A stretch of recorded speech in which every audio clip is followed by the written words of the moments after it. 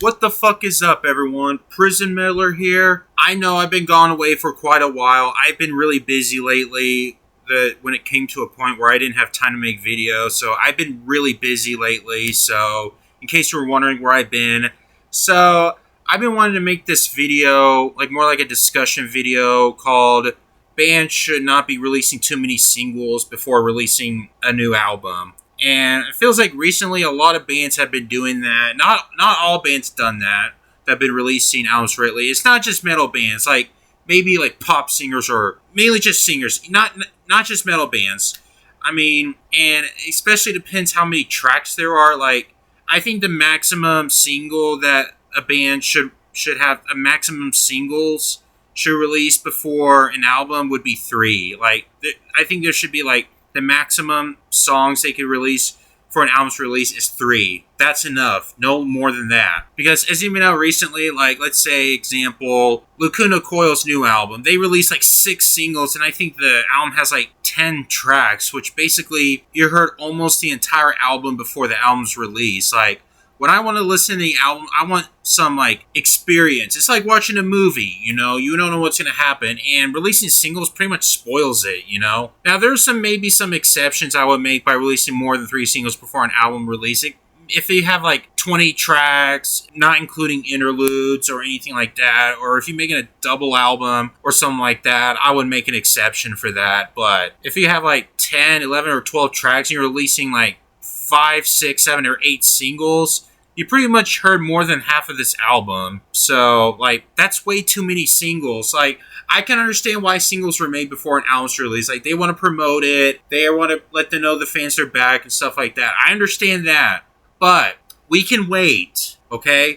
And I noticed there's some bands that released a single that was out like a year or 2 before an album's release. Is like, which I kind of don't get. Is like, are you gonna release an album anytime soon, or is this a standalone single? You know, or I always assume it's like a standalone single, and I thought they're releasing an album anytime soon. And then we didn't hear that they're making a new album until a year later, which just kind of stupid. Is like, no, either release new music or don't. If you're not releasing new album anytime soon, don't release songs. Unless if it's a standalone single, a non-album single, I guess that's okay. But yeah, don't just release that single and release more until you announce a new album and put all those singles into an album. Like, that pretty much spoils it, you know? But if your album is released, and you have a lot of songs, like non-single songs that got a lot of attention, then you can release them as singles after the album as much as you want. Like, more than 3 singles as much as you want. But like, save most of the songs for the album's release. Like, I think the maximum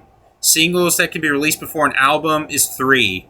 No more than that. Like you're pretty much spoiling the album, you know? Yeah, guys, that's pretty much all I have to say here. I think the maximum singles that the band should release before releasing an album is 3 singles. Like, there should be at most 3. No more than that. Yeah, I mean, it may be just be me, but I find it annoying when bands do that. Not just bands, like any artist from any genre, not just metal bands. Like, I kind of find it annoying when artists release too many singles before an album's released, because, especially depending how many tracks they are, like, if it's like 10, 11, or 12 albums and they release like 6 singles before an album's released, you pretty much heard half of this album. And I just don't find that fun to listen for the first time, because you pretty much heard half of this album and it kind of makes it more predictable.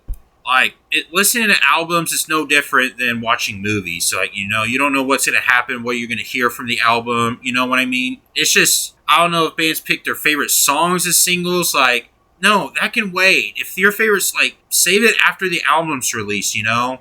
Especially the first singles that's been out, like, a year before an album's release. Like, it's kind of ridiculous, if you ask me. Like, if you're gonna either release new music or don't, you know? Like, or just save it for later, you know? Like, I understand you care for your fans and all that, and I actually do appreciate bands doing that for us. I really do, but still, it's just kind of ridiculous when bands do that, you know? I'm not saying all bands do that, but some. But yeah, guys, that's pretty much all I have to say. What are your thoughts about this? Let me know in the comments. So, yeah, guys, that's pretty much it, and I'm going to go ahead and get the fuck out of here. So, I'm out.